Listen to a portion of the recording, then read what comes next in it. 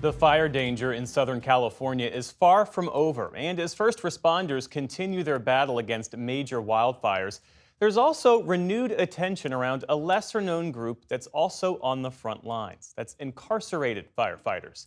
Stephanie Sy has more.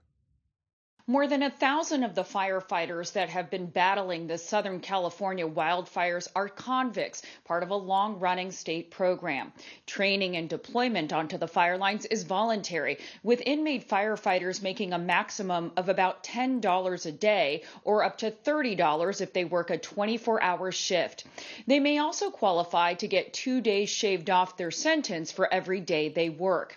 The state has become reliant on these men and women during the increasingly long fire season, and the program is estimated to save California tens of millions of dollars a year. Supporters say the program offers a pathway out of prison, but critics say the work and pay are exploitative. For more, I'm joined by Sam Lewis, Executive Director of the Anti-Recidivism Coalition. Sam, thank you so much for joining the News Hour. I understand that you have personally visited these firefighters at their base camps in LA very recently. Tell me, how is their morale? Are they pumped that they're able to help in this crisis? Absolutely. So I was able to visit both of the base camps, one at the Houghton base camp, the other was in the Rose Bowl. Morale is high. As one of the hand crews said, this is my way of giving back. I made mistakes in the past, but this clearly demonstrates that redemption is possible. And so we threw the football around a little bit. They had great food from our public, from people that have donated. We had a lot of other people that visited just to let them know how much that we appreciate them and how grateful we are for them actually helping suppress this fire. I've seen pictures of even celebrities visiting these incarcerated firefighters. Now, I know on the fire lines, they have to wear a special uniform, an orange uniform that depicts them as inmates. Do they face unique challenges in their role, and are they treated any differently than other firefighters as far as you can tell? I could not tell the difference. For instance, both firefighters that are not incarcerated and the hand crews both work 24-hour shifts. They sleep in tents on the base camps. When it's time for them to take breaks at the fire line, they literally will lay on the ground. And that's true of regular firefighters also. I have pictures of firefighters using their helmets to take a nap when it's time for them to have a break. And so the difference is one person is incarcerated and the other one isn't, and the pay is another. However, I must say that Assembly Member Isaac Bryan has now introduced a bill to fix the pay inequity in this particular program. Some of them get paid as low as $1 a day. And to that point, the program has drawn criticism, as I'm sure you're aware, over the years. I want to play what Amika Moda, a criminal justice reform advocate and former inmate firefighter herself, told us earlier today. It's wild to think that we are not even paying minimum wage to people that are doing this extremely dangerous work. But that is the other issue. It is very dangerous work. Folks are often signing their rights away to be out there fighting fires on the fire ground.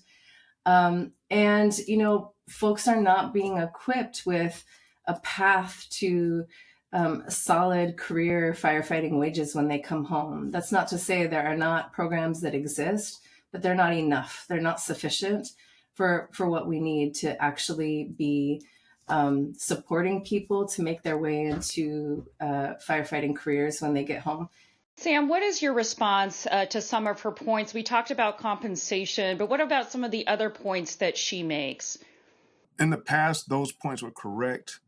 Pay is still the Assembly Bill 147 is not passed yet. It's in progress, but I would hope that voters would definitely support Assemblymember Isaac Bryan in making sure that hand crews are paid the equivalent of the lowest paid firefighters on the line.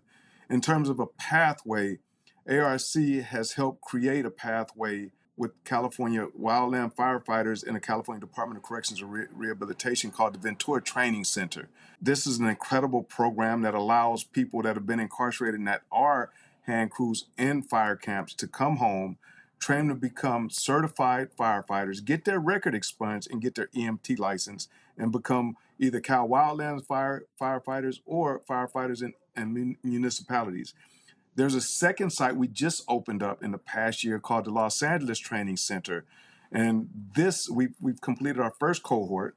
We're about to start our all women's cohort for this firefighting program that would also create pathways for people that are coming out of these camps to become full-time either Cal Wildland firefighters or municipal firefighters throughout the state of California.